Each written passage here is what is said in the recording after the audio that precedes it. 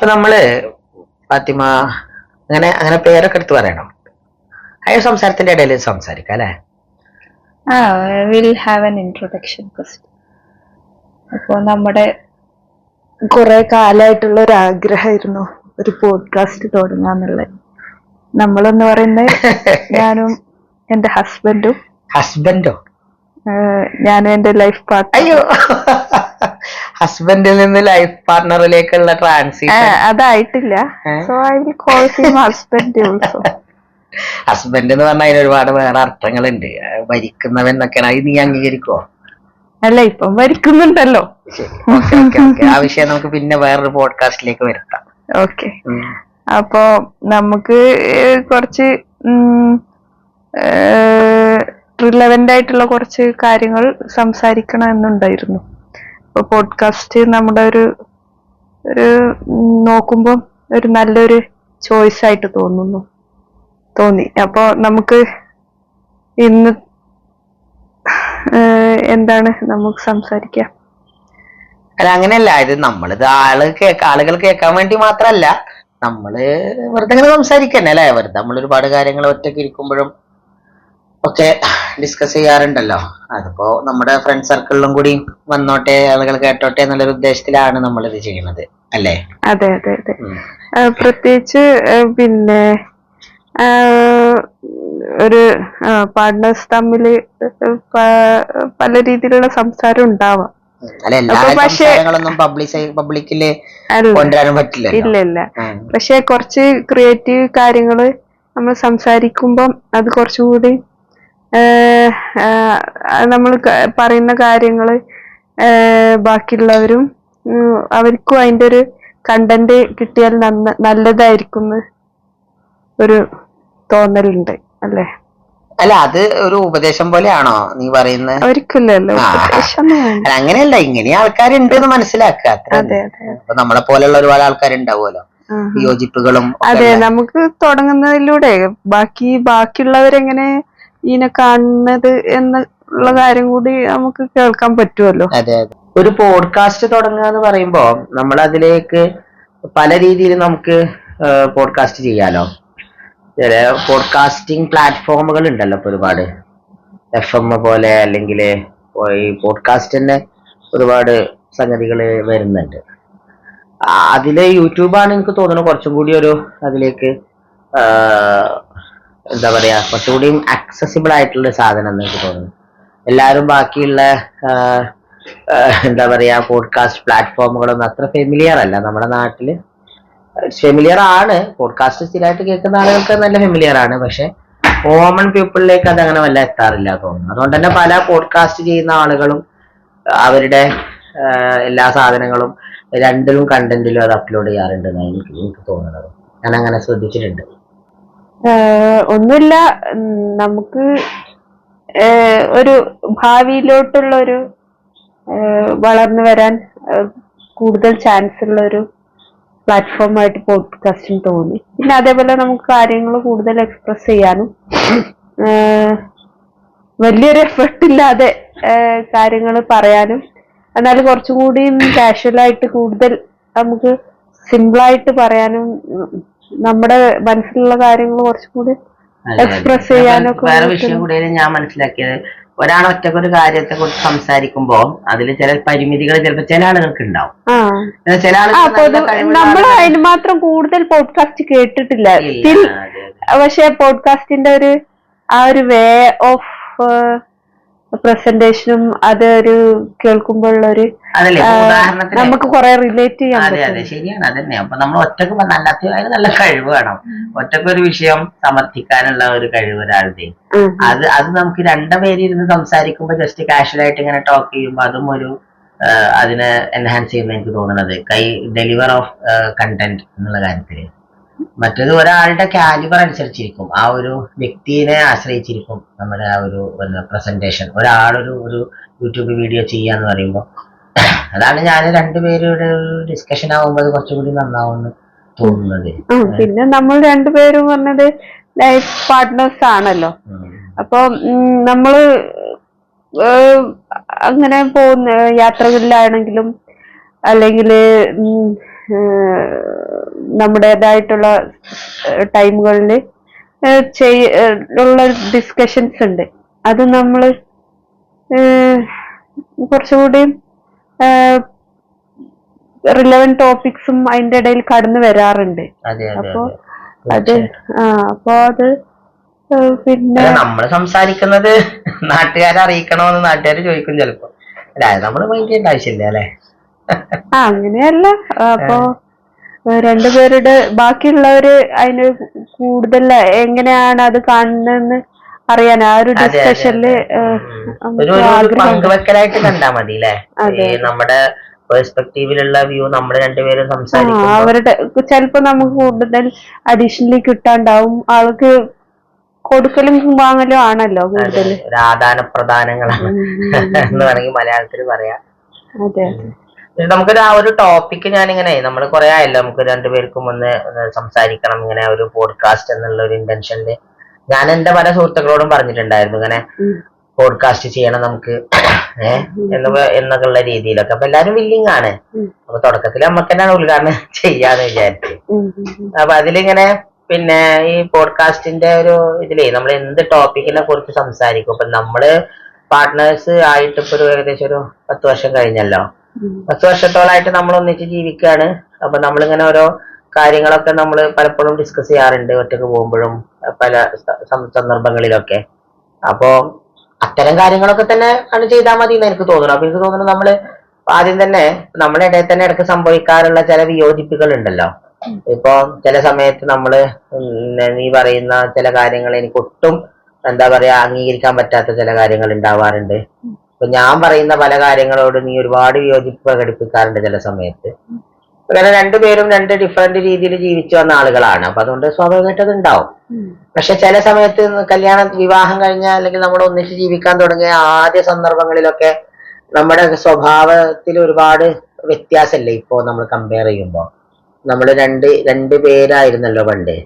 ഇപ്പൊ നമ്മളിങ്ങനെ ഒരുപാട് പരസ്പരം കുറച്ചൊക്കെ അങ്ങോട്ടും ഇങ്ങോട്ടൊക്കെ മനസ്സിലാക്കി വന്ന സമയത്ത് നമ്മള് എങ്ങനെയാണ് നമ്മുടെ വ്യത്യാസങ്ങളെ നമ്മള് അതിനെങ്ങനെയാണ് നമ്മൾ how to differ with dignity, ഒരു ആഭിജാത്യത്തോടു കൂടി നമ്മൾ എങ്ങനെയാണ് അഭിപ്രായ വ്യത്യാസങ്ങളോട് പ്രതികരിക്കുന്നത് എന്നുള്ളതിനെ കുറിച്ചൊരു പോഡ്കാസ്റ്റ് നടത്തിയാൽ കൊള്ളാമെന്നാണ് എൻ്റെ ഒരു സജഷൻ. അതായത് എപ്പോഴും നമ്മൾ പാർട്ട്നേഴ്സായിട്ട് ജീവിക്കുമ്പോൾ പാർട്ട്ണറോട് കാണിക്കേണ്ട മര്യാദകൾ പാലിക്കപ്പെടുന്നുണ്ടോ എന്നുള്ളതാണ് ഒരു കാര്യം. നമ്മൾ ഒരു ഫ്രണ്ട്സിന് കൊടുക്കുന്ന ആ ഒരു സ്നേഹം അല്ലെങ്കിൽ ഒരു ഫ്രണ്ടിന് കൊടുക്കുന്ന ഒരു ആക്ച്വലി നമ്മൾ മനസ്സിലാക്കിയെടുത്തോളം ഒരു എല്ലാ കൾച്ചർ നമ്മൾ നോക്കുകയാണെങ്കിൽ ഇപ്പൊ സെക്ഷൽ റിലേഷൻഷിപ്പ് സൊസൈറ്റി അംഗീകരിച്ച ഒരു ഫ്രണ്ട്ഷിപ്പ് ആണല്ലോ ഭാര്യ ഭർത്താവ് എന്നുള്ള ഒരു ബന്ധം അല്ലെങ്കിൽ പാർട്ട്നേഴ്സ് എന്നുള്ളൊരു ബന്ധം. അപ്പൊ അതിലപ്പുറത്തേക്ക് എന്തെങ്കിലും ബന്ധമുണ്ടോ ആക്ച്വലി ഈ ഭാര്യയും ഭർത്താവും തമ്മിൽ? ഇല്ലല്ലോ. അപ്പോ അങ്ങനെ വരുന്ന സമയത്ത് നമ്മൾ അടുത്ത സുഹൃത്തുക്കളോട് പെരുമാറുന്ന രീതിയിലാണോ പാർട്ട്നേഴ്സ് പെരുമാറുന്നത്? അപ്പൊ എങ്ങനെയാണ് how to differ with dignity? അതായത് അതന്നെ ആയിക്കോട്ടെ അല്ലെ നമ്മളെ ഫസ്റ്റ് ചർച്ച അല്ലെ? പിന്നെ അതാണ് അതില് ആ ഒരു ടോപ്പിക് കൊണ്ടുവരുമ്പോഴന്നെ ഇത് രണ്ടുപേർക്കും രണ്ട് രീതിയിലാണ് ഇതിന് രണ്ട് പേഴ്സ്പെക്റ്റീവാണ് ഉണ്ടാവുക എനിക്ക് തോന്നുന്നത്. കാരണം ഡിഫർ ചെയ്യുക എന്നുള്ളത് നമ്മൾ ഏത് സിറ്റുവേഷനിലാ എന്നുള്ളതിന് ആശ്രയിച്ചിരിക്കും. അപ്പൊ നമ്മള് ഇപ്പം രാജാവിന് പ്രജയോട് ഡിഫർ ചെയ്യാൻ എളുപ്പമായിരിക്കും, പ്രജക്ക് രാജാവിനോട് ഡിഫർ ചെയ്യാന് എളുപ്പമുണ്ടാവില്ല. അത് നമ്മളൊരു എക്സ്ട്രീം കേസ് ആണ് പറയുമെങ്കിലും അതായത് നമ്മളിപ്പോ ഒരു ഫാമിലി സെറ്റപ്പില് ഇപ്പോ പ്രത്യേകിച്ച് കേരളത്തിലോ അല്ലെങ്കിൽ മലപ്പുറം ജില്ലയില് ഒരു കൾച്ചറൽ ലോകത്തൊക്കെ അങ്ങനെ തന്നെയാണ്. നമ്മുടെ നാട്ടിന്റെ കാര്യം നമുക്ക് പറയാൻ പറ്റുള്ളൂ. കൂടുതൽ ലോകം കണ്ട് എന്നാലും ഇവിടെ ആ കാര്യത്തില് ഒരു പിന്നെ നമുക്കൊന്ന് എന്താ വളരെ ശക്തമായിട്ട് പറയാം നമ്മളെ നാട്ടിലത്തെ കാര്യം. നമ്മളെ ചുറ്റുപാടിൽ എന്തായാലും അപ്പൊ ഒരു ഹൈറാർക്കി നിലനിൽക്കുന്ന സ്ഥലമാണ്. അതേപോലെ പിന്നെ സ്ത്രീയെ സംബന്ധിച്ചിടത്തോളം അവര് വേറൊരു വീട്ടിൽ പോയി താമസിക്കേണ്ടി വരുന്നുണ്ട്. പുരുഷനെ സംബന്ധിച്ചിടത്തോളം അവർക്ക് അവരുടെ വീട്ടിൽ തന്നെയാണ്, അവരുടെ പാരന്റ്സ് ആണ് കൂടെ ഉള്ളത് എപ്പോഴും. എന്ത് ഇഷ്യൂ ഉണ്ടായാലും അവസാനം അവരുടെ പാരന്റ്സ് അവരെ കൂടെ തന്നെ ആയിരിക്കും. അപ്പോ ഇങ്ങനെ ഒരു ഡിഫെൻസീവ് മോഡലാണ് അവിടെ നമ്മുടെ ഒരു അധികം സ്ഥലങ്ങളിലും, എല്ലാവർക്കും അങ്ങനെയൊന്നും പറയാൻ പറ്റില്ലെങ്കിലും അധിക സ്ഥലങ്ങളിലും ഇവിടെ പുരുഷന്റെ അല്ലെങ്കിൽ ഭർത്താവ് എന്ന് പറയപ്പെടുന്ന ഒരാളുടെ മെയിൽ പാർട്ട്ണറുടെ ഡിഗ്നിറ്റി കീപ്പ് ചെയ്യാൻ സൊസൈറ്റി ഉണ്ട് എന്നുള്ളതാണ്, സപ്പോർട്ട് ചെയ്യാൻ. അതെ അതെ, അവിടെ അവരുടെ ഡിഗ്നിറ്റിയെ കുറിച്ച് സൊസൈറ്റി ബോധേഡ് ആയിരിക്കും. അതെ അതെ, അവരെപ്പോഴും ചോദിച്ചോണ്ടിരിക്കും. അവര് ഇങ്ങനെ എന്താണ് ഭയങ്കര CCTV പോലെ. അതെ, അപ്പൊ പറഞ്ഞ രാജാവിന് ഡിഫർ ചെയ്യാൻ എളുപ്പമാണ്, പക്ഷെ പ്രജക്ക് ഡിഫർ ചെയ്യാൻ, രാജാവിനോട് ഡിഫർ ചെയ്യാൻ അത്ര ബുദ്ധിമുട്ടില്ല എന്ന് പറയുമ്പോ അതൊരു ഹസ്ബൻഡ് വൈഫ് പെർസ്പെക്റ്റീവിൽ വായിക്കുമ്പോ ഹസ്ബൻഡിന് ഭാര്യയോട് ഡിഫർ ചെയ്യാൻ ഭയങ്കര എളുപ്പമാണ് പല കാര്യങ്ങൾക്കും. പക്ഷെ അവിടെ ഡിഗ്നിറ്റിയോട് കൂടിയിട്ടാണോ ഇനിയിപ്പോ ഡിഗ്നിറ്റിയുടെ കാര്യം, അത് ഞാൻ ആദ്യത്തെ ഡിഫറിന്റെ കാര്യം പറയാം. ഡിഗ്നിറ്റിയുടെ കാര്യം അപ്പൊ നമ്മള് anyway we agree that there should be dignity. അപ്പോ ഡിഗ്നിറ്റിയുടെ കാര്യം വരുമ്പം if you want really to be dignity, ആ ഒരു ഡിഗ്നിറ്റി അത്ര ആഗ്രഹിക്കുന്ന, മനസ്സിൽ അത്രയും കൊണ്ടു നടക്കുന്ന, അല്ലെങ്കിൽ അത്രയും ഉള്ളുന്നുള്ള ഒരു ആഗ്രഹമുള്ള ഒരാളാണെങ്കിൽ അത് പിന്നെ ഡിഫർ ചെയ്യുന്ന സമയത്ത് എക്സ്ട്രാ ഡിഗ്നിറ്റി തിരിച്ച് റിവേഴ്സ് ആയിട്ട് എക്സ്ട്രാ ഡിഗ്നിറ്റി നമ്മൾ കൊടുക്കണം. അതായത് ഇപ്പോ ആ ഒരു ഡിഫെൻസീവ് മോഡിലുള്ള ആളോട് ഡിഫർ ചെയ്യുന്ന സമയത്ത് എക്സ്ട്രാ ഡിഗ്നിറ്റി കൊടുത്താലേ അവർക്ക് കംഫർട്ടബിൾ ആവുള്ളൂ. ശരിയാണ്.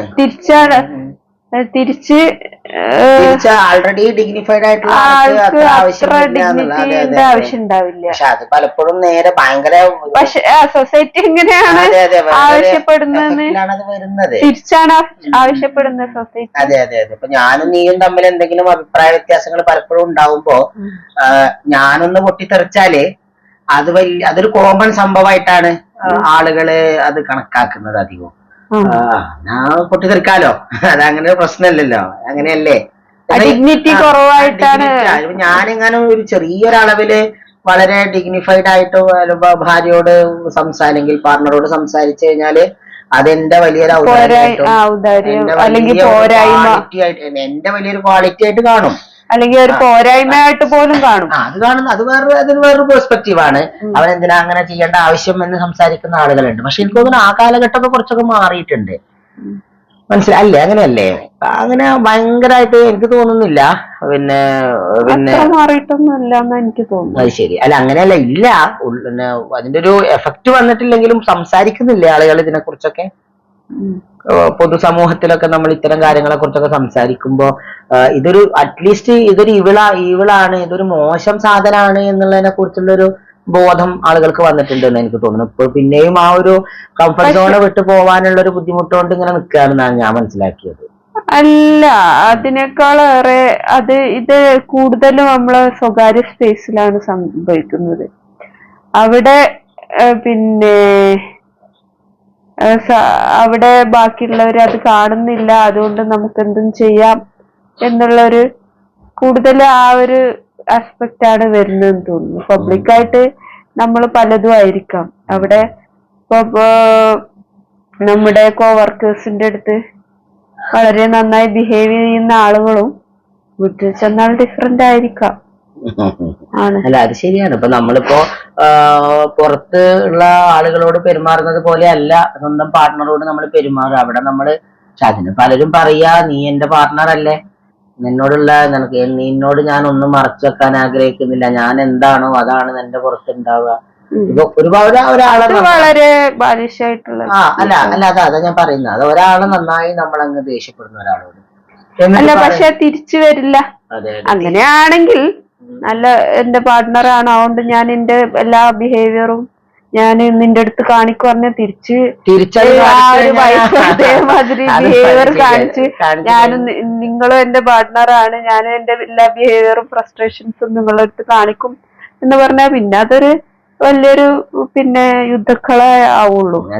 അപ്പൊ അല്ല ശരിയാണ്, അത് നല്ലൊരു എക്സ്ക്യൂസ്. ഞാൻ പറയുന്നത് പലരും പറയുന്ന എക്സ്ക്യൂസുകളാണ്.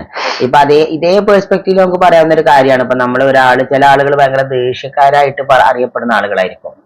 അവരോട് നമ്മൾ എത്ര സംസാരിച്ചാൽ അവര് പറയുന്ന പ്രധാനപ്പെട്ട ഒരു എക്സ്ക്യൂസ് എന്താ വെച്ച് കഴിഞ്ഞാൽ, എന്റെ മനസ്സിലൊന്നുമില്ല, ഞാനത് തുറന്നങ്ങ് പറയും, പറഞ്ഞാൽ അത് തീർന്നു.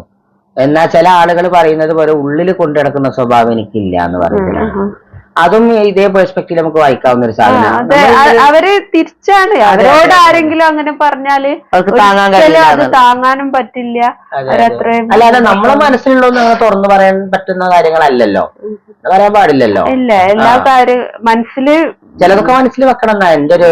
അങ്ങനെയല്ല, അത് മനസ്സിൽ വെച്ച് അതിന് പ്രതികാര നടപടി സ്വീകരിക്കണം എന്നല്ല പറയുന്നത്. നമ്മള് ചില കാര്യങ്ങൾ നമ്മൾ മിണ്ടാതിരിക്കണം. അത് പക്ഷെ അത് എത്രത്തോളം പ്രാവർത്തികമാകും എന്നുള്ളതാണ്.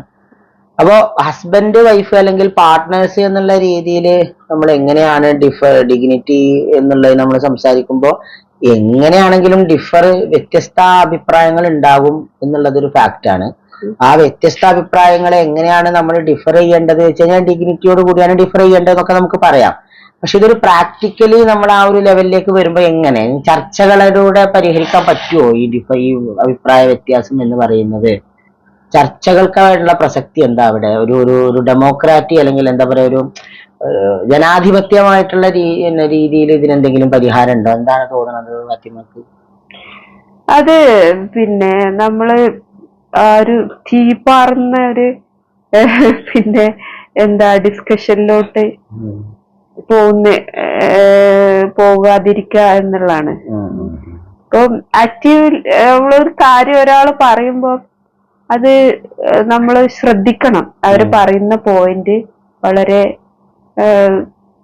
കംപ്ലീറ്റ് ആയിട്ട് അവര് പറയാൻ അനുവദിക്കുക വേണം. അവരെന്താ പറയുന്നതെന്ന് മനസ്സിലാക്കി ഇന്നതാണോ നിങ്ങൾ ഉദ്ദേശിക്കുന്ന എന്നുള്ള രീതിയിൽ നമുക്ക് അവരോട് ഒരു ക്ലാരിഫിക്കേഷനും കൂടി ചോദിച്ചാല് ഇപ്പൊ നമ്മളൊരു ആക്റ്റീവ് ലിസണിങ് വളരെ ഇമ്പോർട്ടന്റ്. ഇപ്പം നമ്മളെ കേസിൽ തന്നെ ഇപ്പൊ നിങ്ങൾ ഫാത്തിമ എന്തേലും ഇപ്പൊ എന്നോട് സംസാരിക്കുമ്പോ ഞാന് ചിലപ്പോ വേറെ എന്തെങ്കിലും ജോലി ചെയ്തോണ്ടിരിക്കും, ഞാനത് കേട്ടിട്ടുണ്ടാവും. അപ്പൊ നമ്മളെ ഒരു എക്സാമ്പിൾ വെച്ച് പറയുകയാണെങ്കിൽ, ഞാൻ എന്തേലും പറയുമ്പോ നീ അത് കേട്ടിട്ടുണ്ടാവില്ല. കാരണം നീ ഒരു കാര്യം ചെയ്യുമ്പോ അതിൽ മാത്രം ശ്രദ്ധിക്കുന്ന ഒരാളാണല്ലോ. അപ്പൊ ചിലപ്പോ ഞാൻ എന്തേലും നേരത്തെ തന്നെ പറഞ്ഞു വെള്ളം വെക്കാൻ വെള്ളം തണുപ്പിക്കണം എന്ന് പറഞ്ഞാൽ നീ അത് കേട്ടിട്ടില്ല. ആ സംഭവമേ നീ കേട്ടിട്ടില്ല. പക്ഷെ ഞാൻ ഒരുപാട് പ്രാവശ്യം നിന്നോട് പല സന്ദർഭങ്ങളിലായിട്ട് പല ദിവസങ്ങളിലായിട്ട് പറഞ്ഞിട്ടുണ്ടായിരുന്നു. അപ്പൊ ഇത് കേട്ടിട്ടില്ല, വേറെന്തോ ജോലിയിലാണ്. എനിക്കത് മനസ്സിലാവും. പക്ഷെ നമുക്ക് കുറച്ചു കാലമായല്ലോ. പക്ഷെ ഞാൻ അങ്ങനെയല്ലല്ലോ, ഞാൻ മൾട്ടിപ്പിൾ എന്താ പറയാ ടാസ്കിങ് ചെയ്യുന്ന ഒരാളല്ലേ. പക്ഷെ വാട്ടെവർ എന്ത് ടാസ്ക് ചെയ്താലും നമ്മളിപ്പോ ഒരാളോട് ലിസൺ ചെയ്യുന്നുണ്ടെങ്കിൽ ലിസൺ ചെയ്യുന്നുണ്ട് ഡിഗ്നിറ്റിയോടുകൂടി എന്ന് അവർക്ക് ബോധ്യപ്പെടും. ലിസൺ ചെയ്തു, ഞാനത് കേട്ടു എന്ന് അക്നോളജ് ചെയ്യണമെന്നാണ്. അക്നോളജ് ചെയ്യുന്നേക്കാളും കൂടുതൽ നമ്മൾ ആ ഒരു ബോഡി ലാംഗ്വേജ്, നമ്മൾ ഫോണിലാണെങ്കിൽ ഫോണൊന്ന് സ്വിച്ച് ഓഫ് ആക്കി അവരെ മുഖത്തേക്ക് നോക്കി അത് ഞാൻ ചെയ്യാറില്ല. ശരിയാണ് ഈ പറഞ്ഞ. അല്ല, നിങ്ങൾ ചെയ്യുന്നതല്ല, ഞാൻ ചില സമയത്ത് ചെയ്യാറില്ല അല്ലെ? ശരിയാണ്, അത് ഞാൻ ശ്രദ്ധിക്കാറുണ്ട്. പക്ഷെ ഞാനത് ചെയ്യാറുണ്ട്, നീ പറഞ്ഞ കാര്യങ്ങളൊക്കെ അതേപടി ചെയ്യാറുണ്ട് ആ സന്ദർഭങ്ങളിലൊക്കെ. പക്ഷെ അതിനൊരു അക്നോളജ്മെന്റ് തരാറില്ല. അതായത് ഞാൻ കേട്ടു എന്നുള്ളത് പറയാറില്ല അല്ലേ നീ പറയുന്നത് അല്ലേ? ശരിയാണ്, അത് അങ്ങനെ തന്നെ. അത് അതിന്റെ ഒരു ടെക്നിക്കാണ്. ഡെവലപ്പ് ചെയ്യാൻ അല്ലെങ്കിൽ അത് എക്സ്പ്രസ് ചെയ്യാനൊരു ടെക്നിക്കാണ് അത്. അപ്പൊ അത്തരം ചർച്ചകളിലൂടെ മാത്രമേ ഇത് മുന്നോട്ട് ശരിയാവുള്ളൂ. അതൊരു ജനാധിപത്യത്തിന് വലിയ റോളുണ്ട് ഇതില്. അപ്പൊ ഒരു പാർട്ട്നേഴ്സിന്റെ തമ്മിലുള്ള ബന്ധത്തിന് പോലെ തന്നെ വളരെ ഇമ്പോർട്ടന്റ് ആണല്ലോ. എനിക്ക് തോന്നുന്നു നമുക്ക് 3 കാര്യങ്ങളെ കുറിച്ച് കുറച്ച് കാര്യങ്ങൾ സംസാരിക്കാൻ തോന്നുന്നു. ഒന്ന്, എങ്ങനെയാണ് അഭിപ്രായ വ്യത്യാസങ്ങളെ പുരസരം ആഭിജാത്യത്തോടുകൂടി ഡിഗ്നിറ്റിയോടുകൂടി അഭിപ്രായ വ്യത്യാസങ്ങളെ എങ്ങനെ നേരിടാം, അല്ലെങ്കിൽ എങ്ങനെ അതിന് അഭിപ്രായം പറയാം. അത് ഒരു പാർട്ട്നേഴ്സിന്റെ ഇടയിൽ ഇപ്പൊ നമ്മൾ ഏകദേശം ഡിസ്കഷൻ കുറച്ച് പറഞ്ഞു. ഇനി അതിൽ ജീവിതത്തിൽ നമുക്ക് പ്രധാനമായിട്ട് വരുന്ന 2 ആളുകൾ, ഒന്ന് കുട്ടികളുമായിട്ടുള്ള അഭിപ്രായ വ്യത്യാസങ്ങളാണ്. അത് ഞാനൊരു കുട്ടികളുടെ ബന്ധപ്പെട്ട ജോലി ചെയ്യുന്ന ആളായതുകൊണ്ട് തന്നെ ഞാൻ ഒരുപാട് ഫേസ് ചെയ്യുന്ന ഒരു ഇഷ്യൂ ആണത്. അതായത് conflict of interest between parents and student, I mean kids. അതായത് ചൈൽഡും അവരുടെ പാരന്റ്സും തമ്മിലുള്ള ഇൻട്രസ്റ്റിലുള്ള കോൺഫ്ലിക്റ്റുകൾ.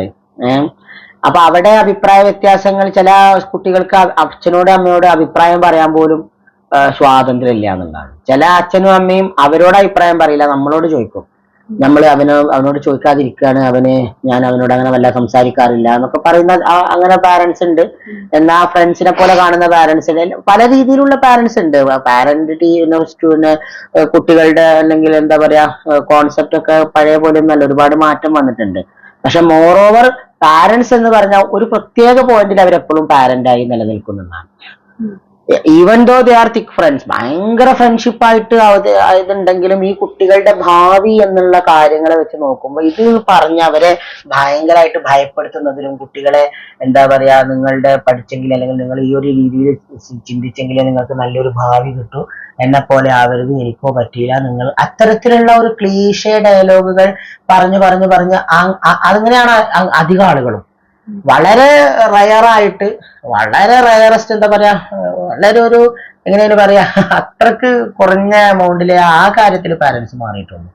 ഉണ്ട്, എനിക്ക് അനുഭവങ്ങളൊക്കെ ഉണ്ട്, അങ്ങനെ മാറിയ പാരന്റ്സ് ഒക്കെ ഒരുപാടുണ്ട്. അപ്പൊ എങ്ങനെയാണ് കുട്ടികളുമായിട്ടുള്ള എന്താ പറയാ അഭിപ്രായ വ്യത്യാസങ്ങൾ നമ്മൾ ഡിഗ്നിറ്റിയോടുകൂടി നേരിടുക? അതേപോലെ പിന്നെ അതിനുശേഷം നമുക്ക് ഈ തൊഴിലിടങ്ങളിലെ, അതായത് നമ്മൾ ജോലി ചെയ്യുന്ന സ്ഥലത്തുള്ള അഭിപ്രായ വ്യത്യാസങ്ങൾ, boss subordinate conflict of interest, അതും കൂടി ഒന്ന് പറയാം. അപ്പൊ ജസ്റ്റ് മക്കളുമായിട്ട് എന്താണ് ഒരു അമ്മ എന്നുള്ള നിലക്ക് എങ്ങനെയാണ് നമ്മൾ, അല്ലെങ്കിൽ എന്താണ് ഒരു അനുഭവം, എന്താണ് നമ്മൾ ചെയ്യേണ്ടത് എന്തെങ്കിലും പറയാനുണ്ടോ? കുട്ടികള് മെയിനായിട്ട് നമ്മള് നേരത്തെ പറഞ്ഞ മാതിരി തന്നെ കുട്ടികളെ ഇൻഡിവിജ്വൽ ആയിട്ട് കണക്കാക്കുന്ന ഒരു സൊസൈറ്റി അല്ല നമ്മുടെ ഇത്. ഇപ്പം ഈവൻ ഇപ്പോ നമുക്ക് അത് ആ ഒരു ഹൈറാർക്കി നിലനിൽക്കുന്ന കുട്ടികളും പാരന്റ്സും അല്ലെങ്കിൽ മുതിർന്നവരും കുട്ടികളും ഒരു ഹൈറാർക്കി നിൽക്കുന്ന സ്ഥലമാണ്. അപ്പോ ഈവൻ നമ്മുടെ കുട്ടികളെടുത്ത് പിന്നെ ഒരിക്കലും അവരുടെ ഒരു ആസ്പെക്ട് ചോദിക്കരുത്. ഇപ്പൊ നിങ്ങൾ പറഞ്ഞ മാതിരി അത് ഡിസൈഡ് ചെയ്യാനുള്ള മെച്ചൂരിറ്റി അവരായിട്ടില്ല, അല്ലെങ്കിൽ പിന്നെ അതിനൊന്നും അവർക്ക് കഴിവില്ല.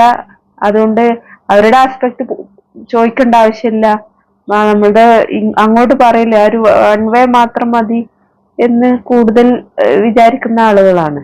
അപ്പോ അതിന്റെ ഇടയിൽ ഇങ്ങനെ അവര് ഇൻഡിവിജ്വൽ ആയിട്ട് അല്ല, മക്കൾക്കൊന്നും അറിയില്ല, അവര് ചെറിയ കുട്ടികളാണ്, അവര് ലോകം കാണാത്തവരാണ്, അവര് നമ്മളത്ര ലോകം കാഴ്ച.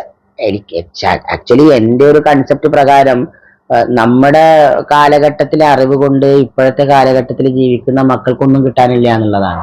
അപ്പൊ നമ്മളുടെ അനുഭവങ്ങളിൽ നിന്ന് എന്താ കുട്ടികൾക്ക് പഠിക്കാനുള്ളത്? അങ്ങനെയൊന്നുമില്ല. അതിന്റെ ബേസിക് ആയിട്ടുള്ള ചില കാര്യങ്ങൾ അത്ര മാത്രമേ ഉള്ളൂ. അതാ നന്മകളൊക്കെ തന്നെ, നന്മകളും എന്താണ് ഈ സൊസൈറ്റിയിൽ ചെയ്യാൻ പറ്റുന്ന കാര്യങ്ങൾ, സനാതന ധർമ്മങ്ങൾ പറഞ്ഞു കൊടുക്കുക.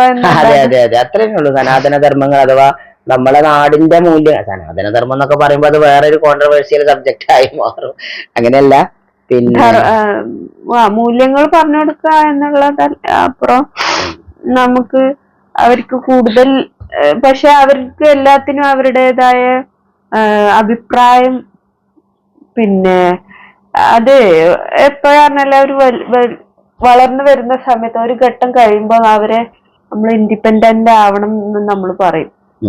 അപ്പൊ ആ സമയത്ത് അവര് പിന്നെന്താണ്, അവര് ഡിപ്പെൻഡന്റ് ആയിട്ട് അവിടെ തന്നെ നിൽക്കും ചെയ്യും. അപ്പൊ ആക്ച്വലി അങ്ങനെ കഴിയില്ല. അത് ഞാൻ സംസാരിക്കുന്നതിന്റെ ഇടയില്, ക്ലാസ്സിന്റെ ഇടയിൽ ഇങ്ങനെ പറഞ്ഞു, വേറെ വല്ല സ്പീഷീസും ആയിരുന്നെങ്കിൽ നിങ്ങളെയൊക്കെ എന്നോ വീട്ടിൽ നിന്ന് ആട്ടി പുറത്താക്കിയിട്ടുണ്ടാവുന്നു. കാരണം വലിയ കുട്ടികളാണല്ലോ, 20 വയസ്സ് 21 വയസ്സായ കുട്ടികൾ ഇങ്ങനെ മുന്നിലിരിക്കുമ്പോ അവര് പിന്നെ ഇപ്പോഴും ബയോളജിക്കലി ആൻഡ് ഫിസിക്കലി അവരെല്ലാ കാര്യങ്ങളും ചെയ്യാൻ പ്രാപ്തരായി കഴിഞ്ഞ ആളുകളാണ്. സൊസൈറ്റി അവരെ ഇതുവരെ അതിനു വേണ്ടി പിന്നെ തയ്യാറാക്കി ഇൻഡിപെൻഡന്റ് ആക്കിയിട്ടില്ല. ഇപ്പൊ പലപ്പോഴും നമ്മളെ കോളേജിലൊക്കെ അങ്ങനെയാണല്ലോ. അപ്പൊ നമ്മള് ഒരു പുരുഷനോട്, ആൺകുട്ടിയോട് സംസാരിക്കാൻ സമ്മതിക്കൂല. 20-22 വയസ്സായി കഴിഞ്ഞാൽ വിവാഹപ്രായമായ നാടാണല്ലോ ഇപ്പൊ ഇത്. 21 വയസ്സായി കഴിഞ്ഞാൽ വേറൊരു ഇണയെ കണ്ടുപിടിക്കുകയും കല്യാണം കഴിക്കുക അല്ലെങ്കിൽ ഒന്നിച്ച് ജീവിക്കുകയൊക്കെ ചെയ്യേണ്ട ഒരു നാടാണിത്. ആ നിയമം നിലവിലുള്ള നാടാണിത്. പെൺകുട്ടികൾക്ക് 18-ഉം എന്നാ 17 വയസ്സ് വരെ 18 വയസ്സ് വരെ നമ്മൾ പെൺകുട്ടികളെ ആൺകുട്ടികളെ കാണാൻ പാടില്ല. അതായത് അങ്ങനെ സംസാരിക്കാൻ പാടില്ല, മിങ്കിൾ ചെയ്യാൻ പാടില്ല. അവിടെ പ്രണയം വരും, അല്ലെങ്കിൽ വേറെ വല്ല ബുദ്ധിമുട്ടും ഇതൊക്കെ തടഞ്ഞു നിർത്തിയിട്ട് ഒരു പെട്ടെന്നൊരു നിമിഷത്താണ് തുറന്നു കൊടുക്കുകയാണ്. അപ്പൊ അവരതിന് എത്രത്തോളം അത്തരം കാര്യങ്ങൾക്ക് കോപ്പപ്പ് ചെയ്യും എന്നുള്ളതാണ് നമ്മൾ ചിന്തിക്കേണ്ടത്. ഇതിനെ ഞാനൊരു പോസിറ്റീവ് സെൻസിലാണ് പറയണത്. കേൾക്കുന്നവർക്ക് ഇതിന് ഒരുപാട് മറുവാദങ്ങൾ പല രീതിയിൽ സംസാരിക്കാൻ ഉണ്ടാവും. ശരിയാണ്, ആ ഒരു ആസ്പെക്റ്റിൽ അത് പ്രശ്നം തന്നെയാണ്. പക്ഷെ എന്നാലും അങ്ങനെയല്ലല്ലോ വേണ്ടത്. നമ്മളൊരു ഓപ്പോസിറ്റ് സെക്സിനെ കുറിച്ച് മനസ്സിലാക്കണം എന്നുണ്ടെങ്കിൽ, അവരുടെ സ്വഭാവത്തെ കുറിച്ച് മനസ്സിലാക്കണം എന്നുണ്ടെങ്കിൽ, അല്ലെങ്കിൽ അവരുടെ ഇമോഷണൽ ക്വാളിറ്റിയെ കുറിച്ച്, ഇന്റലിജൻസിനെ കുറിച്ചൊക്കെ മനസ്സിലാക്കണം എന്നുണ്ടെങ്കിൽ എന്തായാലും അവർ കുറെ കാലം ഒന്നിച്ച് ഒരു സുഹൃത്തായിട്ടും, അല്ലെങ്കിൽ എന്താ പറയാ, ഒരു ഒപ്പം നടക്കുന്ന ഒരു സ്പീഷീസ് ആയിട്ടും അവരതിനെ മനസ്സിലാക്കിയേ പറ്റൂ. അതേപോലെ വോട്ടവകാശം, കോളേജിൽ എന്ത് പാടില്ല, പൊളിറ്റിക്സ് പാടില്ല. അപ്പൊ കോഴിക്കോട് NIT പൊളിറ്റിക്സ് ഇല്ലല്ലോ. പൊളിറ്റിക്സ് പാടില്ല എന്ന് പറഞ്ഞു നിർത്തും. വലിയ പ്രൊഫസർമാർ എന്നോട് സംസാരിക്കണം ഞാൻ കേട്ടിട്ടുണ്ട്. ഇത് പൊളിറ്റിക്സ് കളിക്കാൻ വരുന്ന സ്ഥലമല്ല, ഇത് പഠിക്കാൻ വരുന്ന സ്ഥലമാണ്.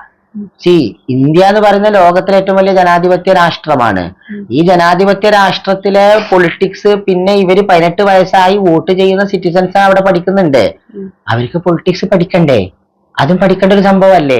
അപ്പൊ ഇവിടെ പൊളിറ്റിക്സ് പാടില്ല എന്ന് പറയുകയും പിന്നെ വോട്ട് ചെയ്യാൻ പറഞ്ഞ് ജനാധിപത്യത്തെ കുറിച്ച് എന്ത് ജനാധിപത്യം ഇവർ സംസാരിക്കുന്നത് എനിക്ക് മനസ്സിലായിട്ടില്ല. അപ്പോ അത്തരത്തിലുള്ള ചില ഈ പിന്നെ കാര്യങ്ങളൊക്കെ വരുമ്പോഴേ ഇപ്പൊ നമ്മള് എന്താ പറയാ, ഇത്തരത്തിലുള്ള കാര്യങ്ങൾ നമ്മൾ സംസാരിക്കുമ്പോ കുട്ടികളുടെ പലപ്പോഴും നമ്മള് ഇപ്പൊ ഇത്തിരി വലിയ കുട്ടികളെ കുറിച്ച് മാത്രം സംസാരിച്ചാൽ പോരല്ലോ. അപ്പൊ അതാ ഞാൻ വിചാരിച്ചേ, നമ്മളെ 2 കുട്ടികൾ വളരെ ചെറിയ കുട്ടികളാണ്. അവരോട് എപ്പോഴും നമുക്ക് ഡിഫർ ചെയ്യേണ്ടി വരും. അപ്പൊ ഡിഫർ മീൻസ് അവര് എല്ലാ കാര്യങ്ങളും ഇപ്പൊ ഒരു ഷോപ്പിങ്ങിന് പോവാണെങ്കിൽ എല്ലാം വാങ്ങണം എന്ന് അവർക്ക് ഉണ്ടാവാവുന്ന ഒരിക്കലും നമുക്കത് അംഗീകരിക്കാൻ പറ്റില്ല. അപ്പൊ പക്ഷെ അവിടെ നമ്മള് ആ പെട്ടെന്നൊരു സമയത്ത് നമുക്ക് ഒരു നോ പറയുന്നതിന് അപ്പുറം അവരെ ആ നോയിലേക്ക് നയിക്കുക എന്നുള്ളതാണ്. അതായത് ഞാൻ ഏതോ ഒരു പുസ്തകത്തിൽ, എനിക്ക് തോന്നുന്നു ഗോവയില് പണ്ട് ഫിലിം ഫെസ്റ്റിവലിന് പോയ സമയത്താ തോന്നുന്നു, ഞാൻ കുറച്ച് പുസ്തകങ്ങൾ കൊണ്ടുവന്നിരുന്നല്ലോ. അവിടെ ആ ഒരു ലൈബ്രറിയിൽ ഞാൻ ആ പുസ്തകത്തിനെ കുറിച്ച് നോക്കുമ്പോൾ ഇങ്ങനെ പറഞ്ഞിട്ടുണ്ട്, I need it, I want it. ഇത് രണ്ടും തമ്മിലുള്ള വ്യത്യാസം കുട്ടികളെ പഠിപ്പിക്കണമെന്ന്. അതെ, അത് ടൈം എടുക്കും. അതെ, നീടും വാണ്ടും, എനിക്കത് ആവശ്യമുണ്ട് എന്ന് പറയുന്നതും എനിക്കത് വേണം എന്ന് പറയുന്നതും തമ്മിലുള്ള വ്യത്യാസം, നീഡിന്റെയും വാണ്ടിന്റെയും വ്യത്യാസം. ഇപ്പൊ നമ്മുടെ ഹംദു എപ്പോഴും പറഞ്ഞേ I want it, I want it. നമ്മളിങ്ങനെ പറയും ഒരു കാര്യം കേൾക്കുമ്പോ. ബട്ട് ഐ നീഡ് ഇറ്റ് എന്നുള്ളത് അവൻ പറയാറില്ല. ഞാനത് ശ്രദ്ധിച്ചിട്ടുണ്ടാവും ആ പുസ്തകം വായിച്ചതിന് ശേഷേ. അവൻ എപ്പോഴും ഇത് എന്ത് കണ്ടാലും I love pets, I want it, അങ്ങനെ അവൻ പറയുന്നുള്ളൂ.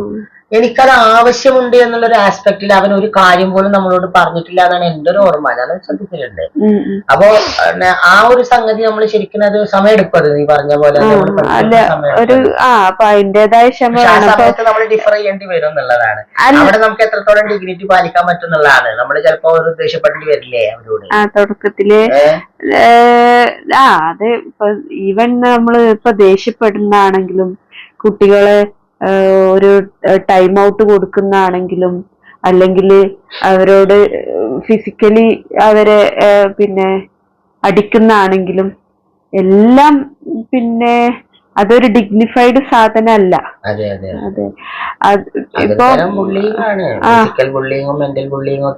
മെന്റലി അല്ലെങ്കിൽ ഫിസിക്കലി ആണ്. അപ്പൊ അതില് പിന്നെ ആ ഒരു തുടക്കത്തിലെ നമ്മൾ അതിനെ കുറിച്ച് ശ്രദ്ധിക്കുക. അവര് വളർന്നു വരുന്ന ഒരു സമയം ഉണ്ടല്ലോ.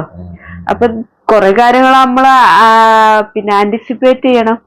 ഇങ്ങനെയൊക്കെ വരാൻ ചിലപ്പോ ആദ്യമായിട്ട് മാർക്കറ്റിൽ പോവാണെങ്കിൽ മാർക്കറ്റിൽ പോയി കുട്ടികളെയും കൊണ്ട് പോയാൽ ഇന്ന കാര്യങ്ങളൊക്കെ വരാനുള്ള കാര്യം നമ്മൾ പ്രത്യേകിച്ച് ശ്രദ്ധിക്കാനുണ്ട് എന്നുള്ള കാര്യം നമുക്ക് ഓർമ്മ വേണം.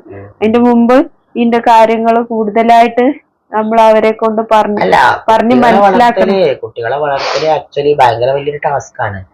പ്രത്യേകിച്ച് ഇന്ത്യ പോലുള്ള രാജ്യത്ത്. ഞാനിപ്പോ അടുത്ത് വായിച്ചൊരു പുസ്തകം ഉണ്ടല്ലോ, എന്താണ് ആ പുസ്തകം? നീ വായിച്ചിട്ടുണ്ടല്ലോ അത്?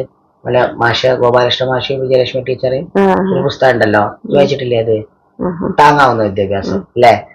അതില് അവര് പറയുന്നുണ്ട്, ഞാനതിന്റെ ഫസ്റ്റ് പേജിൽ തന്നെ അവരിതാ പറയുന്നത്, എന്ത് ഓർമ്മണ്ടോ? ഇന്ത്യ ഒരു ജനാധിപത്യ രാഷ്ട്രത്തിലെ ഏറ്റവും വലിയ രാഷ്ട്രീയ പ്രവർത്തനം ഏതാ? കുട്ടികളെ വളർത്തലാണ്. അങ്ങനെ അവരത് പറയുന്നത്. ഒരു ജനാധിപത്യ രാഷ്ട്രത്തിലെ ഏറ്റവും വലിയ രാഷ്ട്രീയ പ്രവർത്തനം അതെ, നല്ല രാഷ്ട്രീയ ബോധമുള്ള കുട്ടികൾ ഉണ്ടായാലേ അതെ കുട്ടികളെ വളർത്തുക എന്നുള്ള. പക്ഷെ അവിടെ ജനാധിപത്യം നമ്മൾ വീട്ടിൽ കൊണ്ടുവരണമെങ്കിൽ നമ്മൾ ഒരുപാട് കാര്യങ്ങൾ അവിടെ സാക്രിഫൈസ് ചെയ്യേണ്ടി വരും. ഇപ്പൊ ഉദാഹരണത്തിന് ഇപ്പൊ നമ്മുടെ ഒരു വീട് എന്ന് പറഞ്ഞാൽ നമ്മൾ രണ്ടുപേരും നമ്മുടെ കുട്ടികൾ മാത്രം അടങ്ങുന്നതല്ലല്ലോ. ഇപ്പോ പാരന്റ്സ് ഉണ്ട്, ഐ മീൻ നമ്മുടെ പാരന്റ്സ് അഥവാ കുട്ടികളുടെ ഗ്രാൻഡ് പാരന്റ്സ് ഉണ്ട്. അപ്പൊ അവരുടെ തോട്ട് പ്രോസസ്സിലും കൂടി നമ്മൾ ചിലപ്പോൾ ചിന്തിക്കേണ്ടി വരും. അപ്പൊ അങ്ങനെ വരുന്ന സമയത്ത് ഭയങ്കര കോൺഫ്ലിക്ട് വരും. അവിടെ 3 ജനറേഷൻസിന്റെ കോൺഫ്ലിക്ട് ഓഫ് ഇൻട്രസ്റ്റാ വരാൻ പോകുന്നത്. അപ്പൊ നമ്മളൊരു ട്രാൻസിഷൻ സ്റ്റേറ്റിലാണെന്ന് വിചാരിക്കാം, നമുക്ക് വേണമെങ്കിൽ അങ്ങനെ പറയാം. ഇപ്പോ നമ്മുടെ പാരന്റ്സിന്റെ ഇൻട്രസ്റ്റ് നമുക്കറിയാം, അവരെങ്ങനെയാ ഒരു കാര്യത്തിനെ കാണാൻ നമുക്കറിയാം. ഇപ്പൊ നമ്മളെ കുട്ടികളാണെങ്കിൽ പുതിയ ജനറേഷൻ, പുതിയ കാലഘട്ടത്തിന്റെ പ്രോഡക്ട്സ് ആണ്. അപ്പൊ ഇതിന്റെ ഇടയിൽ നമ്മൾ നിൽക്കുമ്പോൾ നമ്മൾ അതിന് ഭയങ്കര റോള് വഹിക്കുന്നുണ്ട്. നമുക്ക് ആ ഒരു സംഗതി ബാലൻസ് ചെയ്യിപ്പിക്കുക എന്നുള്ളതേ. അപ്പൊ നമ്മൾ ആഗ്രഹിക്കുന്ന പല കാര്യങ്ങളും ചിലപ്പോൾ നമ്മുടെ കുടുംബജീവിതത്തിൽ പാരന്റ്സിന്റെ പ്രസൻസ് കൊണ്ട് നമുക്ക് എന്ത് ചെയ്യാൻ പറ്റണമെന്നില്ല, ഇംപ്ലിമെന്റ് ചെയ്യാൻ പറ്റണമെന്നില്ല. അപ്പൊ സ്ക്രീൻ ടൈമിന്റെ കാര്യത്തിലാവട്ടെ, അവര് പേരക്കുട്ടികള് കരയുക, മറ്റുള്ള കാര്യങ്ങൾ ചെയ്യാറിയുമ്പോൾ അവർക്കത് വല്ലാതെ ആശ്രയിക്കാൻ കഴിയാത്ത കാര്യങ്ങളാണ്. അപ്പൊ നമ്മൾ പക്ഷെ നമുക്ക് ആരെയും എന്ത് ചെയ്യാൻ പറ്റില്ല, പണക്കാനും പറ്റില്ല. അത് വലിയൊരു പ്രശ്നമാണ്. അവിടെയൊക്കെ നമ്മൾ how to differ with dignity എന്നുള്ളത് പാലിക്കുന്ന വേണം. ഞാനവിടെ കണ്ടത് ഒന്നുകിൽ കിടന്നുറങ്ങുക അല്ലെങ്കിൽ ഇറങ്ങി പോവുക എന്നുള്ളതാണ് എന്റെ റോള്. എനിക്ക് അങ്ങനെ, അതായത് പ്രാക്ടിക്കലാ ഞാൻ പറയുന്നതേ. അപ്പൊ നമുക്കത് വല്ലാതെ അങ്ങോട്ട് ആ സമയത്ത് അതങ്ങ് ഡിഗ്നിറ്റിയോട് കൂടി ചിലപ്പോൾ എന്റെ പ്രതികരണം അത്ര ഡിഗ്നിഫൈഡ് ആവണം എന്നില്ലല്ലോ. അപ്പൊ ആ സമയത്ത് ഞാൻ എന്ത് ചെയ്യും, ഞാൻ ആ ഭാഗത്തുനിന്ന് അങ്ങ് ഒഴിവായി പോവുക എന്നുള്ളതാണ് ഞാൻ അതിന് കണ്ട ഒരു പ്രാക്ടിക്കൽ മാർഗം. പക്ഷെ പിന്നീട് അത് തന്നെ മാനസികമായിട്ട് വല്ലാതെ ബുദ്ധിമുട്ടൊക്കെ ഉണ്ടാക്കുന്നുണ്ട്. അല്ലാതെ വേറൊരു പ്രാക്ടിക്കൽ എന്താ നമ്മളതിന് ചെയ്യുക? വേറൊന്നും ചെയ്യാനില്ല. ഉണ്ടോ? നമ്മളൊരു സൊസൈറ്റി എന്ന് പറഞ്ഞാൽ ഇപ്പോഴും ഒരു കണക്റ്റഡ് സൊസൈറ്റിയാണ്. ഇപ്പൊ പാരന്റ്സിന്റെ അടുത്ത് നിന്ന് മാറി നിൽക്കൽ നമ്മളെ കൊണ്ട് നടക്കുന്ന കാര്യമല്ല. പാരന്റ്സ് അങ്ങനെയൊന്നും നമുക്ക് ഇപ്പൊ വല്ലാതെ ചിന്തിക്കാൻ കഴിയാത്തൊരു സന്ദർഭമല്ലേ. മാത്രമല്ല പാരന്റ്സ് ദിവസം ചെല്ലും തോറും പാരന്റ്സ് ആരോഗ്യം ക്ഷയിച്ചു വരുന്ന ആളുകളാണ്. അപ്പൊ ഇന്നല്ലെങ്കിൽ നാളെ ഇപ്പൊ നമ്മൾ മാറിപ്പോയാലും അവർ നമ്മുടെ അടുത്തേക്ക് വരും, അല്ലെങ്കിൽ നമ്മൾ അവരുടെ അടുത്തേക്ക് പോകും, അല്ലെങ്കിൽ അവർ നമ്മുടെ അടുത്തേക്ക് വരും. ആ രീതിയിലാണ് നമ്മൾ ജീവിക്കുക. അപ്പോ ഒരു 2-3 തലമുറ എടുക്കുന്ന എനിക്ക് തോന്നുന്നത്. അപ്പൊ നമ്മൾ അവിടെ ആ ഒരു കണ്ണി ബ്രേക്ക് ചെയ്യാൻ വേണ്ടിയിട്ട് നമ്മൾ ഭയങ്കര സ്ട്രഗിൾ ചെയ്യേണ്ടി വരും, നമ്മുടെ ഈ ഒരു ജനറേഷൻ. പക്ഷെ വൺസ് നമ്മൾ ആ ഒരു ചങ്ങല പൊട്ടിച്ചു കഴിഞ്ഞാൽ പിന്നെ വരുന്ന ആളുകൾക്ക് അത് ഭയങ്കര ഒരു ഗുണമായിരിക്കും എന്ന് എനിക്ക് തോന്നുന്നു. ഇപ്പം ഒരു ഉദാഹരണം പറയാം. നമ്മള് ഇപ്പം ടി വി കാണുന്ന കാര്യമായിരുന്നെങ്കിൽ നമ്മള് നേരത്തെ നമ്മളൊരു അതിന്റെ ഒരു പിന്നെന്താ, അവർക്കൊരു മാതൃക കാണിക്കണം. ടി വി കാണുന്ന കുറക്കണം, നമ്മളായിട്ട് കുറക്കണം. പിന്നെ അവര് നേരത്തെ ഈ കാര്യങ്ങളെ കുറിച്ച് ഇടയ്ക്കിടയ്ക്ക് ഡിസ്കഷൻ വെക്കണം. സ്ക്രീൻ ടൈം കുറക്കുന്നതിന്റെ ഇമ്പോർട്ടൻസ് പറയണം. പിന്നെ ടൈം സെറ്റ് ചെയ്യണം, സ്ക്രീൻ ടൈമിന്റെ സമയം സെറ്റ് ചെയ്യണം, സമയത്ത് മാത്രം കൊടുക്കണം. പിന്നെ അതായത് ചില സമയങ്ങളിൽ ഫോൺ കാണാൻ പറ്റില്ല, അതായത് ഫാമിലി ടൈമില് അല്ലെങ്കിൽ ഭക്ഷണം കഴിക്കുന്ന സമയത്ത് ഫോണും കാണാൻ പറ്റില്ല. അങ്ങനത്തെ കുറെ ഇപ്പൊ നമ്മള് റോഡ് സേഫ്റ്റി റൂൾസിന്റെ കാര്യം പറയുന്ന മാതിരി തന്നെ സ്ക്രീൻ സേഫ്റ്റി റൂൾസ്, അങ്ങനെ നമ്മൾ കുറെ കാര്യങ്ങൾ അവരിങ്ങനെ ഇടയ്ക്കിടയ്ക്ക് പറഞ്ഞ് മനസ്സിലാക്കണം. അതിന്റെ ഇടയിൽ അവര് ചാൻസ് കിട്ടിയ എന്തായാലും അവർ കാണും, ഉറപ്പാണ്. പിന്നെ അതേപോലെ ചാൻസ് ഒഴിവാക്കണം. നമ്മളെ ഗാഡ്ജറ്റ്സ് ആ രീതിയിൽ സെറ്റ് ചെയ്യേ അല്ലെങ്കിൽ ആ കാര്യങ്ങളൊക്കെ ചെയ്യണം. അങ്ങനെ ആവുന്ന സമയത്ത് ചില സമയത്ത് അങ്ങനെ ആ ഒരു സ്ക്രീൻ ടൈമിലും അവർക്ക് വളരെ സന്തോഷത്തോടെ കൂടി നമുക്ക് സ്ക്രീൻ കൊടുക്കാനും പറ്റും. മാത്രല്ല നമ്മൾ പറയുമ്പോൾ മിക്കവാറും അവര് തിരിച്ചു തരുന്ന ഒരു സിറ്റുവേഷനും ഉണ്ടാവും. അല്ല അത് തന്നെ ഉദ്ദേശിക്കുന്ന. പക്ഷെ എല്ലാ കാര്യത്തിലും അതിന്റെ പിന്നിലുള്ള ഒരു എഫേർട്ട് കൂടുതലാണ്. ഇതിന്റെ ഒരു പ്രാക്ടിക്കൽ സൈഡ് എങ്ങനെയാന്നുള്ളതാണ് ഞാൻ ചിന്തിക്കുന്നത്. ഇതിന്റെ ഒരു പ്രാക്ടിക്കൽ സൈഡ് ഈസി ഗോ ടൈപ്പാണ്. നമ്മള് കാര്യങ്ങളൊന്നും മൈൻഡ് ചെയ്യുന്നില്ല എന്നുണ്ടെങ്കിൽ നമ്മള് എപ്പോഴാ നമുക്ക് ഒരു ഇമോഷണലി നമ്മൾ ബേസ്റ്റ് ആവുന്ന അപ്പം കുട്ടികളോട് പറയുന്ന ആ രീതിയിലാവുമ്പോ ഇതിന് വളരെ ഡിഫിക്കൽട്ട് തന്നെയാണ്. അപ്പൊ ആ സമയം അങ്ങനെയുള്ള സമയത്ത് നമുക്ക് ഡിഫർ ചെയ്യാണ്ട് അവസരം വരുമ്പോ അത് ഡിഗ്നിറ്റിയോട് കൂടി ആയിരിക്കില്ല ഒരിക്കലും. അല്ല അങ്ങനെ ആവാൻ പാടില്ലല്ലോ. നമ്മൾ സംസാരിക്കുന്നതിനെ കുറിച്ചാണല്ലോ. എങ്ങനെയാണ് ഡിഗ്നിറ്റിയോട് കൂടി ഡിഫർ ചെയ്യാന്നുള്ള. ഡിഗ്നിറ്റിയോട് കൂടി പറയാൻ പറ്റില്ല. ഇപ്പം പിന്നെ ചില സമയത്ത് ഡിഗ്നിറ്റി ബ്രേക്ക് ചെയ്യേണ്ട അവസരങ്ങളും. അല്ല, അത് അവിടെയാണ് വിഷയം. അതായത് അത് പലർക്കും ഡിഫറെന്റ് അല്ലേ. ഇപ്പൊ ഡിഗ്നിറ്റി ബ്രേക്ക് ചെയ്യേണ്ട അവസരങ്ങൾ എന്ന് പറയുന്നത് ഒരാളെ പോലെയാണോ മറ്റൊരാൾക്ക്? അതെ അതെ അതെ. അപ്പൊ ആ സമയത്ത് ഡിഗ്നിറ്റി നമ്മൾ ബ്രേക്ക് ചെയ്യുന്നത്, അതായത് നമ്മള് കുറച്ച് കാര്യങ്ങൾ സ്ട്രിക്റ്റ് ആയിട്ട്, അല്ലെങ്കിൽ ചില കുട്ടികളെ കെയർ ചെയ്യുമ്പോ നമുക്ക് അവർക്ക് എന്താ മീൻസ് ടൈം ഔട്ടുകളൊക്കെ കൊടുക്കാറുണ്ടല്ലോ ആളുകള്. കുറച്ചു നേരം നിന്നോട് സംസാരിക്കില്ല ഞങ്ങള്. അത് ഒരു തരം അൺഡിഗ്നിഫൈഡ് ആണ്. ഇപ്പൊ ഞാൻ നിങ്ങളോട് പറയാണ്, ഞാൻ നിങ്ങളോട് ഒരു 10 മിനിറ്റ് സംസാരിക്കുന്നില്ല എന്ന് പറയുകയാണെങ്കിൽ അത് കുറച്ചൊരു ഹാർഷ് തന്നെയല്ലേ നമ്മൾ പരസ്പരം ആവുമ്പോ. കുട്ടികൾക്ക് ആ രീതിയിൽ തന്നെ അവർക്ക് ഫീൽ ചെയ്യാം. പക്ഷെ ചില സമയത്ത് നമുക്ക് അങ്ങനെ പറയേണ്ടി വരും. അവർക്ക് ഒരു സന്തോഷം അൺപ്ലസന്റ് തന്നെയാണ്. അപ്പൊ നമ്മൾ ഏതൊക്കെ കാര്യത്തിനാണ് അങ്ങനത്തെ പിന്നെ മീൻസ് ആ ഒരു നമ്മളൊരു ബാരിയർ ബ്രേക്ക് ചെയ്യുന്ന എന്നുള്ള ഇമ്പോർട്ടന്റ്. അപ്പം വെറുതെ ഒരു കാര്യമില്ലാത്ത നമുക്ക് പ്രത്യേകിച്ച് ഒരു നമ്മളൊരു ഇമോഷന്റെ പേരിൽ മാത്രം ആണ് കാര്യങ്ങൾക്ക് ടൈം ഔട്ട് കൊടുക്കുന്നതോ, അല്ലെങ്കിൽ നമ്മൾ പ്രത്യേകിച്ച് എന്തെങ്കിലും അവർക്കൊരു ശിക്ഷ എന്നുള്ളവർക്ക്, അല്ലെങ്കിൽ ഇന്ന സാധനം വാങ്ങി തരില്ല എന്നൊക്കെ പറയുന്നതൊക്കെ ആണെങ്കിൽ അത് അങ്ങനെ ആവുമ്പോ പ്രശ്നമാണ്. അല്ലാതെ അവർ ഇന്ന കള്ളം പറഞ്ഞതിന്റെ പേരില് നമ്മള് ശിക്ഷിക്കുക, അല്ലെങ്കിൽ മറന്നുപോയതിന്റെ പേരിൽ ശിക്ഷിക്കാൻ പാടില്ല. അറിഞ്ഞുകൊണ്ട് ഒരാളെ മറന്നുപോയതിന്റെ പേരിലും നമ്മൾ എന്തെങ്കിലുമൊക്കെ കയ്യിൽ നിന്ന് വീണ് പൊട്ടിയതിന്റെ പേരിലൊക്കെയാണ് അധികം ശിക്ഷ നടപ്പിലാക്കപ്പെടുന്നത്. അത് പാടില്ല. അത് അവരെ കൊണ്ട് കെയർഫുള്ളായി ചിലപ്പോ നമ്മുടെ കുട്ടിക്ക് ഉള്ള അതാ ഞാൻ പറഞ്ഞ ഈ നന്മ തിന്മകൾ നിർവചിക്കുന്നിടത്ത് വലിയ പ്രശ്നം സംഭവിച്ചിട്ടുണ്ട്. നന്മ തിന്മകൾ നിർവചനം പിന്നെ അത് ഡിപ്പെൻഡിങ് ആണ്. അതായത് ഇപ്പൊ നമ്മള് കള്ളം പറയുന്നതിനോ, അല്ലെങ്കിൽ അപ്പുറത്തെ ഒരാളെ കുറിച്ച് മോശം പറയുന്നതിനോ, അല്ലെങ്കിൽ ഒരു അസൂയ പ്രകടിപ്പിക്കുന്നതിനോ, അതിനേക്കാൾ ഉപരിയായിട്ട് നമ്മൾ കൂടുതൽ ശിക്ഷിക്കുന്നത്, അല്ലെങ്കിൽ കുട്ടികളെ അടിക്കുന്നതൊക്കെ, അല്ലെങ്കിൽ എന്തെങ്കിലുമൊക്കെ മറന്നതിന്, പഠിക്കാൻ പറ്റാത്തതിന്, അല്ലെങ്കിൽ നമ്മൾ പറഞ്ഞ കേൾക്കാത്തതിന്, അല്ല അതിനൊക്കെ അല്ലേ തല്ല്. അല്ല, ഞാൻ സീരിയസ് ആയിട്ട് പറയാം, എനിക്ക് അതിനൊക്കെയാണ് കൂടുതൽ അടിയിട്ടിട്ടുള്ളത്. അപ്പൊ എനിക്ക് തോന്നുന്നു പിന്നെ അധികം ആൾക്കാർക്കും അങ്ങനെ തന്നെ ആയിരിക്കും. നമുക്ക് കിട്ടിയ അടികളാണ് നമുക്ക് കോണ്ടസ്റ്റന്റിലാണ് നമുക്ക് ദേഷ്യം വരിക. ദേഷ്യം വരിക. അപ്പൊ നമ്മള് അടിച്ചാലേ നന്നാവുള്ളൂ എന്നുള്ളൊരു തെറ്റായ വർത്താനം ഉണ്ടല്ലോ. പിന്നെ എന്നിട്ട് പറയും നമ്മൾ നന്നാകാൻ വേണ്ടിയിട്ടാണ് അടിക്കുന്നത്, നമ്മൾ സങ്കടം കൊണ്ടാണ് അടിക്കുന്നത്, നമ്മൾ പല കാര്യങ്ങൾ കൊണ്ടാണ് തല്ലുന്നത് എന്നൊക്കെ അതിന് പല പുറത്തെ ന്യായങ്ങളൊക്കെ പൊടിക്കുന്നങ്ങളൊക്കെ വെച്ച് പറയും. പക്ഷെ അടിക്കുമ്പോ അവിടെ പ്രകടമാക്കുന്നത് ആ ഫ്രസ്ട്രേഷൻ തന്നെയാണ്. അല്ല, ഒരിക്കലും അടിക്കാൻ പാടില്ല. നമുക്ക് അല്ല, അടിക്കുന്നതും ദേഷ്യപ്പെടുന്നതൊക്കെ ഒരർത്ഥത്തിൽ കോണ്ടെക്സ്റ്റിൽ സെയിം തന്നെയാണ്. ഉറക്ക നമ്മള് ഭയങ്കര ഇമോഷണലി ബേസ്റ്റ് ഔട്ട് ചെയ്തിട്ട് ഒരാളെ അങ്ങോട്ട് ഡിഗ്നിറ്റി ഇല്ലാത്ത രീതിയിൽ ആദരിക്കാത്ത, അതാ ഞാൻ പറഞ്ഞത്. ഈവൻ ടൈം ഔട്ട് കൊടുക്കുന്നതും അത് പ്ലസന്റ് അല്ല. ഒന്ന് ഫിസിക്കൽ ബുള്ളിങ് ആണ്, വേറൊന്ന് മെന്റൽ ബുള്ളിങ്. അത്രേ ഉള്ളൂ, രണ്ടും ബുള്ളിങ് ആണ്. അപ്പൊ മാക്സിമം ഡിഗ്നിഫൈഡ് ആയി നമ്മളെ കുട്ടികളെ പെരുമാറണമെങ്കിൽ അതിന് വളരെയധികം എഫേർട്ട് എടുക്കണം. അതെ അതെ, നല്ല ബുദ്ധിമുട്ടാണ് അത്. നമ്മള് മാത്രം അല്ലാതെ ജീവിക്കുന്ന ലോകത്ത് അത് ഭയങ്കര ബുദ്ധിമുട്ടാണ്.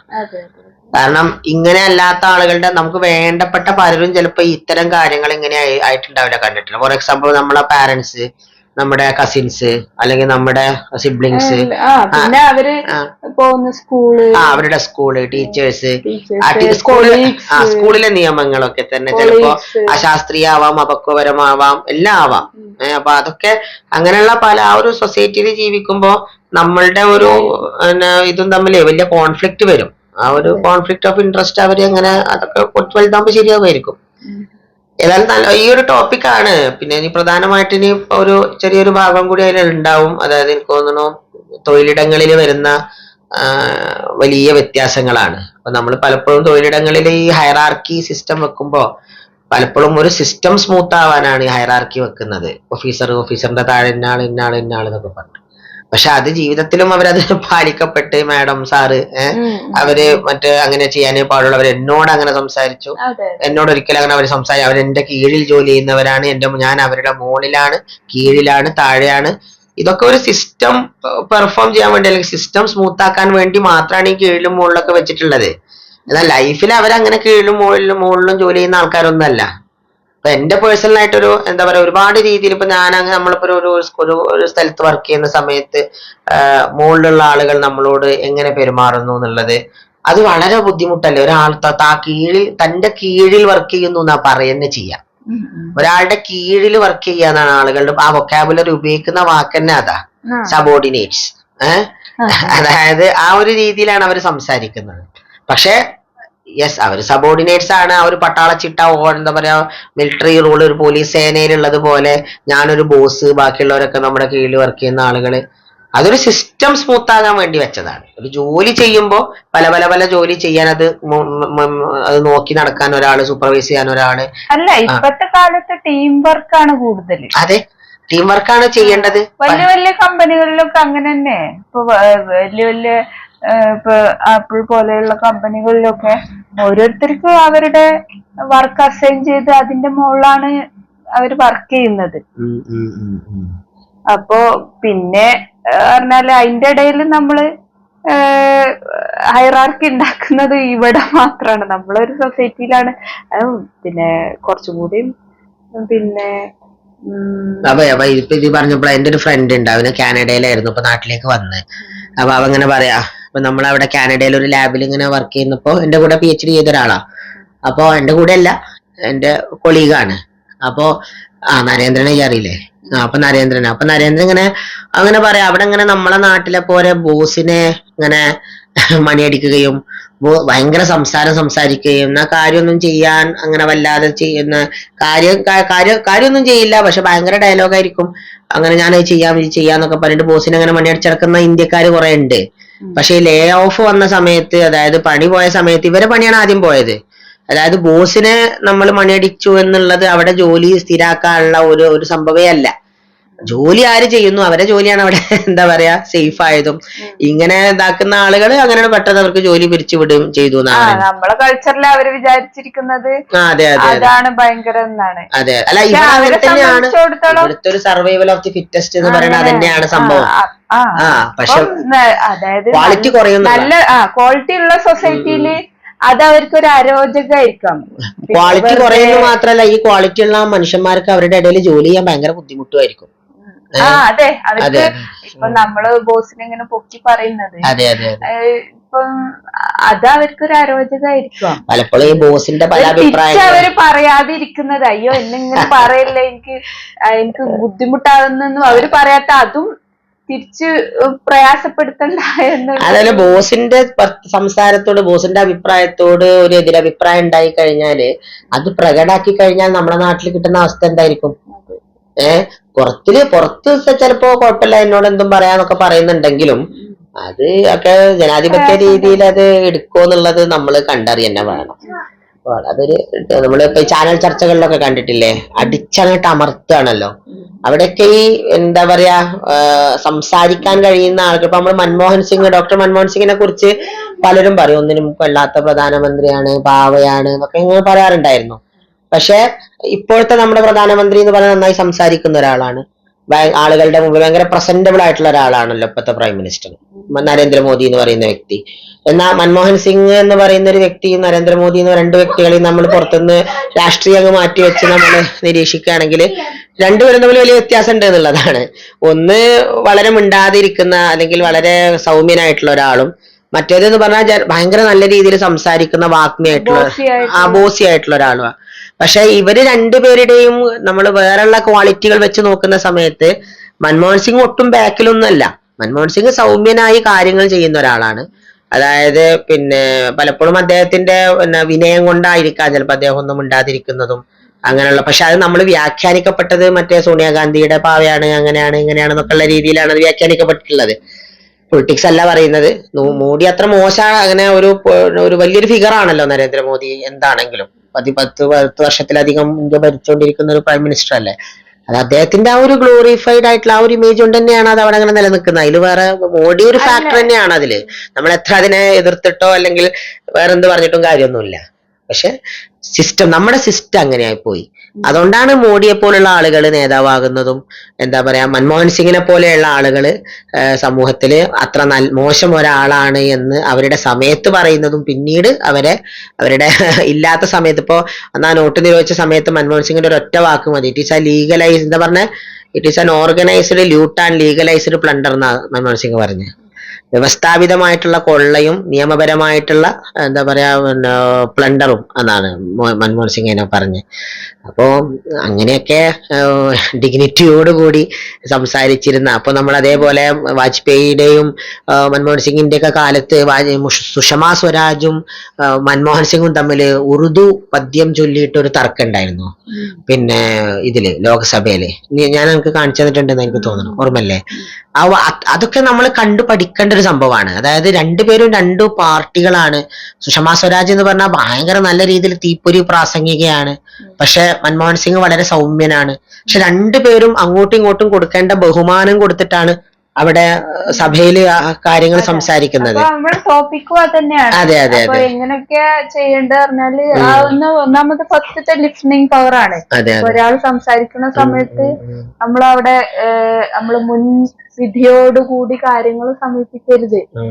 ആള് ഇന്നത് പറയാൻ പോവാണ്, അല്ലെങ്കിൽ ഇതാണ്. പക്ഷെ അതെനിക്ക് പേഴ്സണൽ ആയിട്ട് എന്നോടുള്ള ഒരു എന്താ പറയാ, ഒരു എന്താ പറയാ, നമ്മള് മുൻവിധി എന്ന് പറയുന്നത് പലപ്പോഴും എന്നെ ഒരു മടിയനായിട്ടും ഒരു ഇതായിട്ടും, ഞാൻ നീ പറയുന്ന കാര്യങ്ങൾ കേൾക്കുന്നില്ല എന്നുള്ളൊരു മുൻവിധി നിനക്കുണ്ടോ എന്നൊരു അഭിപ്രായം എനിക്കുണ്ട്.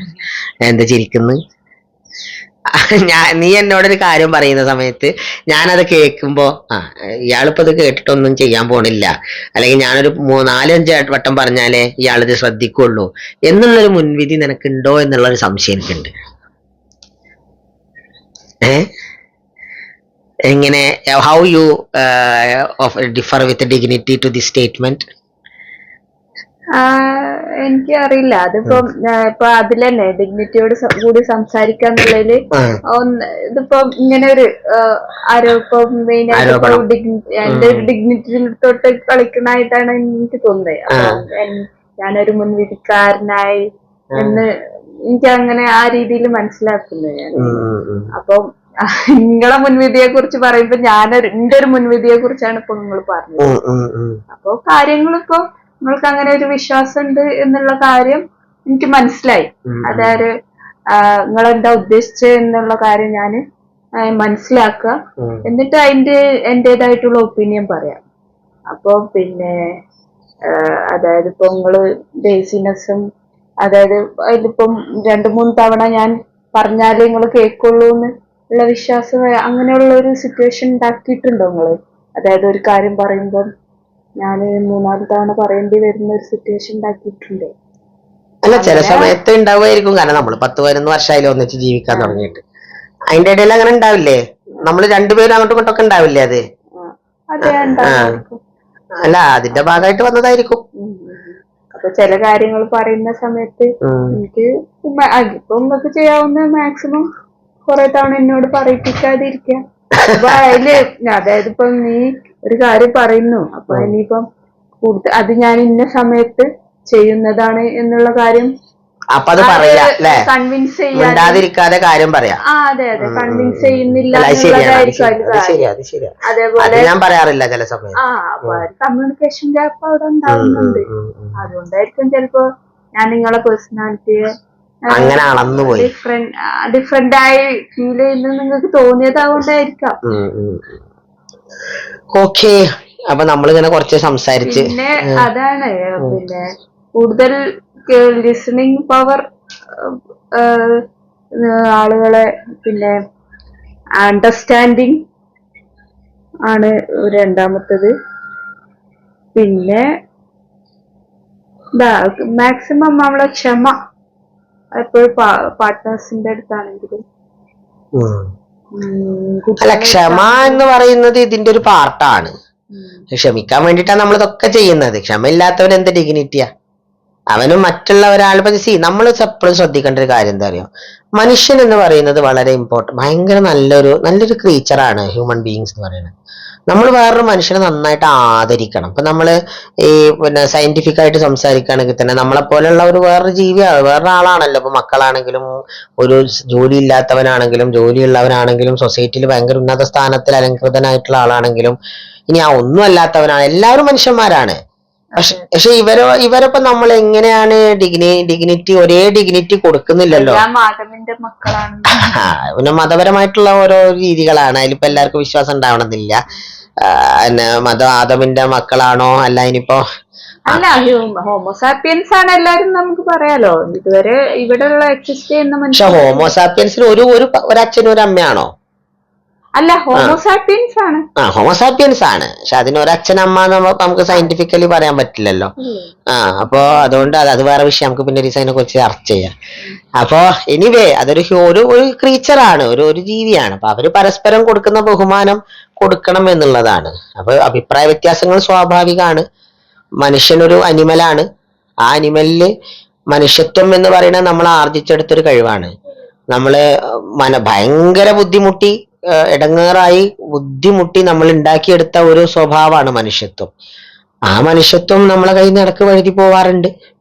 അപ്പൊ അത് നമ്മള് ബുദ്ധിമുട്ടിയിട്ട് തന്നെ തിരിച്ചു പിടിക്കണം ചില സമയത്ത്. അതെ, പ്രത്യേകിച്ച് സൊസൈറ്റി ഈ കുറച്ചും കൂടി ഡിഗ്നിഫൈഡ് അല്ലാത്തൊരു സൊസൈറ്റിയിൽ നിൽക്കുമ്പോ നമുക്ക് പ്രയാസപ്പെട്ടായിരിക്കും.